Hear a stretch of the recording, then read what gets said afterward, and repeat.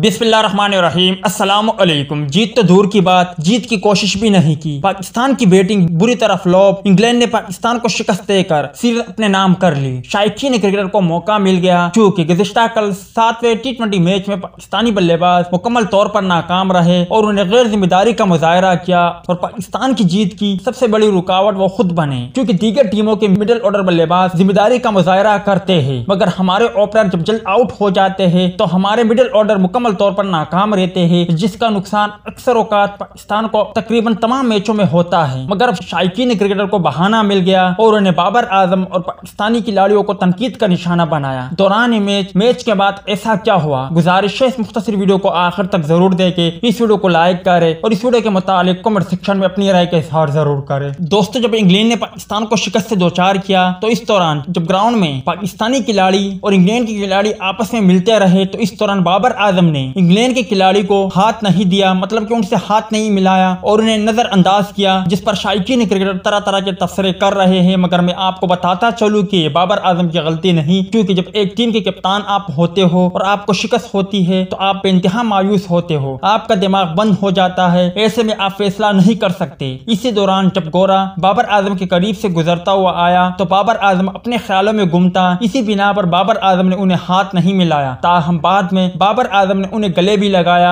और उन्हें मुबारकबाद भी दी। आप इस पर क्या कहेंगे? बाबर आजम ने गलती की या बाबर आजम से गलती हुई? बाबर आजम ने जानबूझकर ऐसा किया या फिर नादानी में ऐसा हुआ? इस हवाले से कमेंट सेक्शन आपके कमेंट्स का मुंतजर रहेगा।